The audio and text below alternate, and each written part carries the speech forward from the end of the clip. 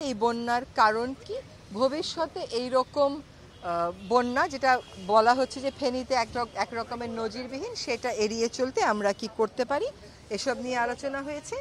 আমাদের সিদ্ধান্ত হয়েছে যে সর্বোচ্চ গুরুত্ব দিয়ে বন্যা উপদ্রুত সবকটা জেলাতেই উপদেষ্টা মণ্ডলীর সদস্যরা যাবেন। ইতোমধ্যে ত্রাণের যিনি দায়িত্বে আছেন তিনি আজকেই যাচ্ছেন আসলে ফেনীতে, কিন্তু আপনারা জানেন যে ঠিক দুর্যোগ আক্রান্ত জায়গাটাতে এখনো পৌঁছানো যাচ্ছে না, কিন্তু উনি যত নিকটে সম্ভব তত নিকটে পৌঁছিয়ে ত্রাণ কাজে সমন্বয় করার চেষ্টা করবেন। এবং আমাদের মধ্যেও একটা সমন্বয় আনতে হবে, যেমন ত্রাণ, পানি, কৃষি, মৎস্য, এই সমন্বয়ের ব্যাপারটা নিয়ে আমাদের সর্বোচ্চ আলোচনা করা হয়েছে, আমাদের অনেক আলোচনা করা হয়েছে। আর আমরা শুনছি যে আসলে উজানেও অনেক বৃষ্টিপাত হয়েছে, প্লাস আমাদের যেখানে বন্যা আক্রান্ত জেলাগুলো সেখানেও অনেক বৃষ্টিপাত হয়েছে।